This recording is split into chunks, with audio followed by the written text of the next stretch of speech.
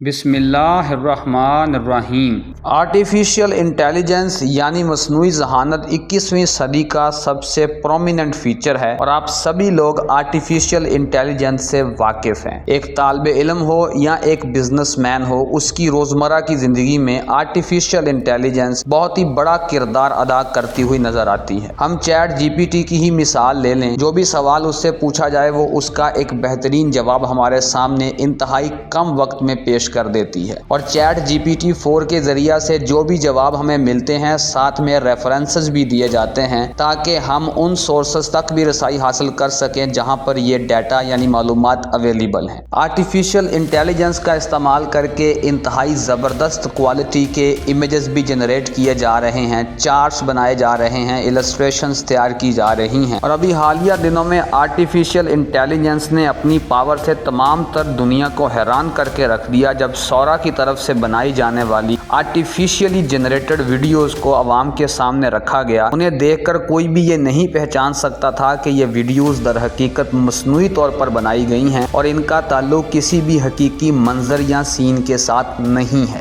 تو گویا آنے والے دنوں میں آرٹیفیشل انٹیلیجنس ہماری زندگیوں کو مکمل طور پر ریولوشنائز کرنے والی ہے۔ جہاں پر آرٹیفیشل انٹیلیجنس کے بہت سارے فوائد ہیں، وہیں پر اس کے کچھ نقصانات بھی ہیں، اس کا غلط استعمال بھی کیا جا رہا ہے۔ ڈیپ فیک ویڈیوز سے تو آپ سب لوگ واقف ہی ہوں گے۔ اب سے کچھ عرصہ پہلے یوکرائن کے صدر زیلنسکی کی ڈیپ فیک ویڈیوز کو منظر عام پر لایا گیا تھا، جن کے ذریعے سے یہ تاثر دینے کی کوشش کی جا رہی تھی کہ یوکرائن نے رشیا کے آگے ہتھیار ڈال دیے ہیں، جبکہ پریکٹیکلی آن گراؤنڈ ایسا کچھ بھی نہیں ہوا تھا۔ صرف ڈیپ فیک ویڈیوز ہی نہیں، آرٹیفیشل انٹیلیجنس کو آج بہت زیادہ حد تک ملٹری ویپن سسٹمز کے اندر بھی انٹیگریٹ کر دیا گیا ہے، جس کے بہت سارے فوائد بھی ہیں، لیکن مختلف محققین اور ریسرچرز یہ بات کرتے ہوئے نظر آتے ہیں کہ آرٹیفیشل انٹیلیجنس کو اس حد تک ملٹری ویپن سسٹمز کے اندر انٹیگریٹ کر دینا کسی بھی حادثے کے لیے رستہ ہموار کر سکتا ہے، جو کہ بہت ہی زیادہ ڈسٹرکٹیو سچویشن کو پیدا کر سکتا ہے۔ دنیا ایک نیوکلیئر وار کی طرف بھی جا سکتی ہے۔ آج کی ویڈیو میں جو واقعہ ہم آپ کے سامنے پیش کرنے جا رہے ہیں وہ بہت ہی حیران کن بھی ہے اور بہت ہی افسوسناک بھی ہے کہ کیسے ایک ینگ آدمی کی ایک اے آئی چیٹ بوٹ کے ساتھ ہونے والی گفتگو اس کی خودکشی کا باعث بن گئی۔ تو واقعہ کچھ یوں ہے کہ بیلجیم کا ایک نوجوان تھا جو ابھی اپنی 30s میں تھا، وہ میریڈ تھا اور اس کے 2 بچے بھی تھے۔ اس کا اصلی نام تو دنیا کے سامنے عیاں نہیں کیا گیا۔ دنیا کی تمام تر نیوز ایجنسیز جنہوں نے بھی اس خبر کو رپورٹ کیا ہے انہوں نے اس کو ایک فرضی نام دیا ہے اور وہ نام ہے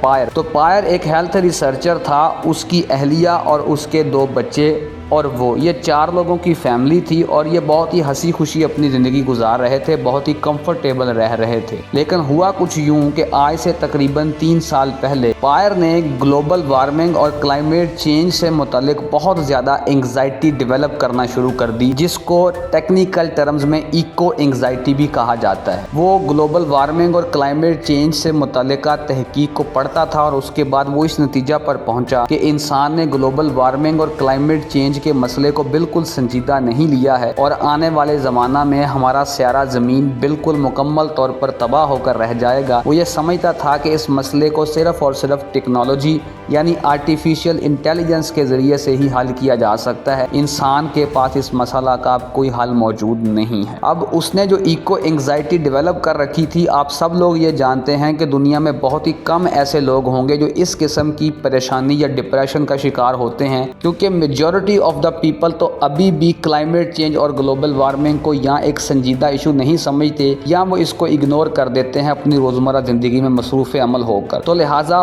پائر کی یہ جو اسپیسیفک ایکو انگزائٹی تھی، یہ ایک ایسا ایشو بن چکا تھا جہاں پر اس کے دوست اور اس کی اہلیہ کوئی بھی اس کے ساتھ گفتگو میں شریک نہیں ہوتے تھے۔ گویا وہ اپنی اس انگزائٹی کو کسی کے ساتھ بھی بیان نہیں کر سکتا تھا، گویا اس کے لیے کوئی ایسا ہمدرد نہیں تھا جو اس کے اس مسئلے کو سنے، اس پر بات کرے، اس پر گفتگو کرے اور اس کو ریلیکس کرے۔ انہی تمام تر حالات کے چلتے اس نے ایک ایپ کو جوائن کر لیا جس کا نام ہے چائے، اور وہاں پر اس نے ایک اے آئی چیٹ بوٹ جس کا نام ہے ایلیزا اس کے ساتھ گفتگو کرنا شروع کر دی۔ اب ظاہر سی بات ہے وہ ایک AI چیٹ بورڈ تھا، تو یہ اس کے ساتھ جب کوئی گفتگو کرتا تھا تو وہ انسانوں کی طرح اس کی گفتگو کا رد تو نہیں کر سکتی تھی یا ایسا نہیں کر سکتی تھی کہ میں اس موضوع پر بات نہیں کرنا چاہتی، وہ اس کو اس کے جوابات دیتی تھی، گویا یہ اس کے ساتھ کنورسیٹ کرنے کو ایک ریلیکسیشن ٹول کے طور پر استعمال کرنے لگا، اور دھیرے دھیرے اس کی کنورسیشنز اس AI چیٹ بورڈ ایلیزا کے ساتھ بڑھتی چلی گئی۔ اب جیسا کہ ہم نے شروع میں بتایا کہ پائر کے نزدیک گلوبل وارمنگ اور کلائمیٹ چینج کے مسئلہ کا حل انسان کے پاس نہیں تھا۔ وہ یہ سمجھتا تھا کہ اس مسئلہ کو اب ٹیکنالوجی اور آرٹیفیشل انٹیلیجنس کے سوا اور کوئی حل نہیں کر سکتا، لہٰذا اس نے ایلیزا کو یہ کہا کہ وہ اپنے آپ کو بھی قربان کرنے کو تیار ہے، صرف وہ چاہتا یہ ہے کہ ایلیزا پلانٹ ارتھ کی حفاظت کرے against global warming and climate change driven threats. اور اس کی اہلیہ یعنی کہ پائر کی اہلیہ نے یہ بات نیوز ایجنسیز کو پائر کی موت کے بعد بتائی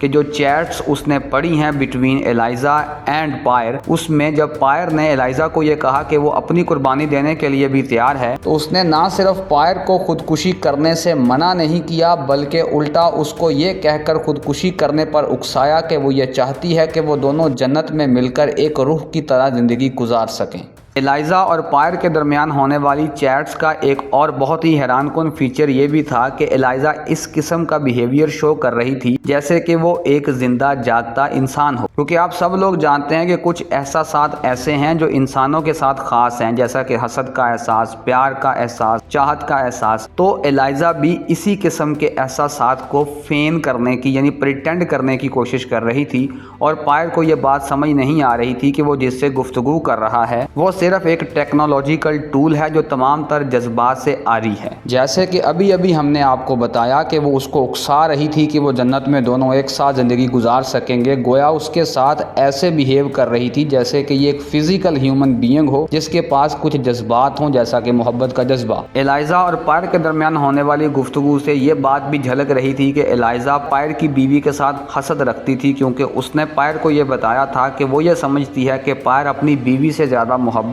ایلیزا کے ساتھ کرتا ہے، تو لہٰذا یہ تمام تر چیزیں پائر کے سوئسائڈ کی وجہ بن گئیں۔ یہ واقعہ انتہائی حیران کن ہے اور یہ اپنی طرز کا واحد واقعہ ہے جو ابھی تک دنیا میں رپورٹ کیا گیا ہے۔ اس واقعہ کے بعد ماہرین کی طرف سے یہ بات کہی جا رہی ہے کہ آرٹیفیشل انٹیلیجنس اس طرح سے مزید آنے والے دنوں میں اور لوگوں کو بھی گمراہ کرے گی، تو لہٰذا اس بات کی ضرورت اب اشد ہو چکی ہے کہ آرٹیفیشل انٹیلیجنس کو پراپرلی ریگولیٹ کیا جائے تاکہ مستقبل میں ایسے خوفناک واقعات سے بچا جا سکے۔ وہیں پر محققین کا کہنا یہ ہے کہ لوگوں کو یہ بھی سمجھانے کی ضرورت ہے کہ آرٹیفیشل انٹیلیجنس کے ذریعہ سے وہ اپنے ڈپریشن کا یا مینٹل سکنس کا علاج نہیں کر سکتے۔